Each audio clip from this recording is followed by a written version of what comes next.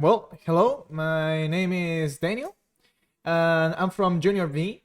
I have been living all my life in Puerto Montt. I'm natively Chilean. And today, in the section of being in foreign land, we're going to interview Elisa, who's from the U.S. Hello, Elisa. How are you doing? Hello, pretty good. How are you doing? Doing pretty fine. That's nice to hear, actually. Well, starting with the questions. What was the thing that attracted you to come to Chile, first of hand? Many years ago, my husband and I were living in Yuma, Arizona, and we decided we wanted to travel the world. The first time I actually went to Chile was about 28 years ago, and we wanted to live somewhere else. And so actually that was from Madras, Oregon, and we lived in Concepcion for a couple of years. And then we moved back to the States. We had our two kids, and then we decided we wanted to eventually retire in Chile. So we bought some land and went to visit. And then it turned out you have to be there for at least half a year to be able to do much of the paperwork, things like a bank account. So you have to get your residency. And so we started the process of moving because we really enjoyed being in Puerto Montt, and we thought it was a great place to raise kids. That's actually pretty nice to hear. I'm glad you've had such an amazing experience out here. And well, I already heard that you had a quite good experience. You like the country. But well, in your opinion, what was some of the most noticeable cultural differences that have been between, well, let's say the U.S. and Chile? The the main one I think that most Americans notice is the personal space, or what your personal bubble is. In the US, there's a farther distance. I remember once I was in Puerto Montt, I was parking the car kind of by the down by the terminal, and I was there and I was talking to the person who was taking the payment for the parking there, and we had a conversation, but it was like right here, and I felt very uncomfortable, but I recognized, okay, this is not my. I have to recognize I'm in a different culture, in a different space. Another thing that I noticed when my kids were in school was the desayunos. So you'd have that big party in the morning and desayunos, and there'd be cake and chips and hot dogs. That's not something that you're going to find in the States. You might have a party, but it's always in the afternoon versus that first thing with the sugar hit. Yeah, not like an all-out breakfast full of sugar, a lot of sodium, those big fat. Cakes, lots of manjar and cream and yeah, all of that sort of thing. And another thing that we noticed, it surprised us, it was a very different cultural, was the tomas, or the strikes in the high schools. First time that happened, I was, as we'd say in Chile, me quedé plop. I was like, what? They closed the school because that was something completely different culturally. That what was the norm of the students looking, okay, we're worried about this, we want this to be changed, and to have a toma. So that was very different. Mm.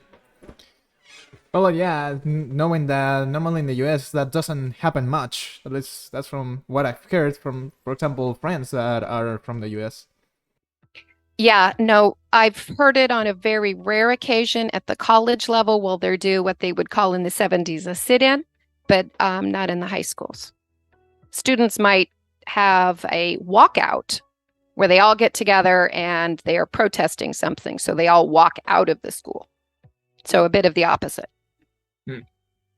Well, following with the questions, what aspects of the life you were here in Chile were something that you were surprised about, but in a positive way? The social aspects, being able to enjoy meeting with people of all different groups. We lived in the campo, close to Huelmo in Putenio. And we've really enjoyed meeting all of our neighbors. We had wonderful neighbors, and we had a good time. Being able to live there in the campo was really enjoyable. We were able to reconnect with friends in Concepcion, which we're still really good friends with today. And so that I would say the number one is that social, that enjoyment, meeting so many people, getting to go travel. The national parks in Chile are just amazing. Whenever we'd have family come down and visit, we'd go all to the different parks. We've gone to Valdivia, we went up to Santiago, Valparaiso, we went down to Osorno, we went down to Puerto Natales. My dad has so many photos. He has this huge album of all the times he came to visit. And we really enjoyed the food as well, the empanadas. Curanto. Well, that's actually very nice to hear. Well, while you were here in Chile, was there something you missed about from the US, or something that you felt that you missed especially from the US while you were here?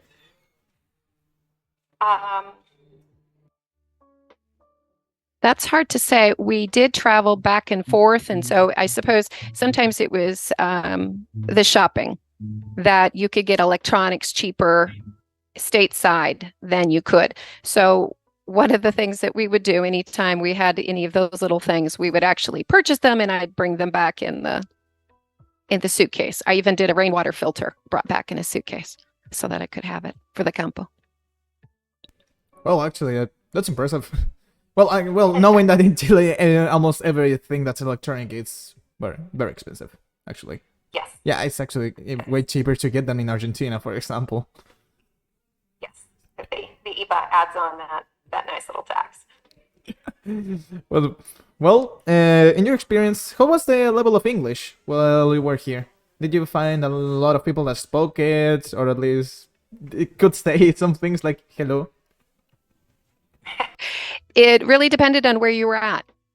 If you were in a tourist area, lots of people spoke English. They had to make sure they were there. In the schools with the teachers that spoke English, very good levels of English. Students, I found it really depended on their ganas, how much they really decided that they wanted to speak English. Some students were like, no, I can't do that. I remember one of the friends of my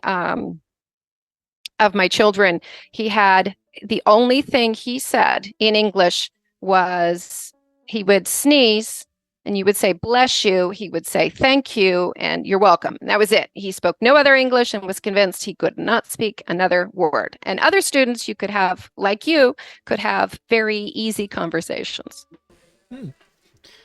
Well, I mean, honestly, with thank you, you're welcome, and bless you, you're all out for English, actually. That was all he would speak.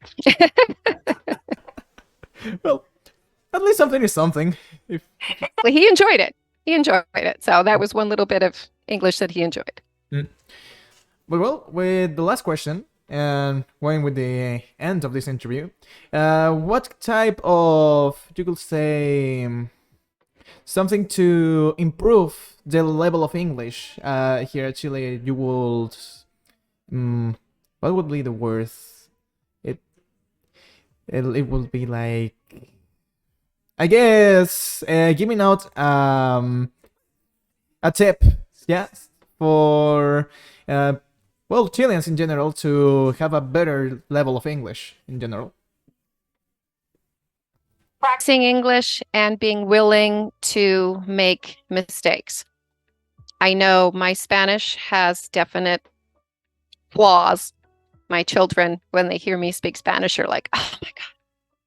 So, but being willing to, if you can be understood, and that willing to say, it's okay if my English is not perfect, as long as I can be understood. Well, many thanks for this opportunity to actually have an interview. It has been very fun. And, very nice to see you and talk with you, Lisa. And Thank you for having me. yeah, and I guess this is a goodbye. Thank you so very much. Bye.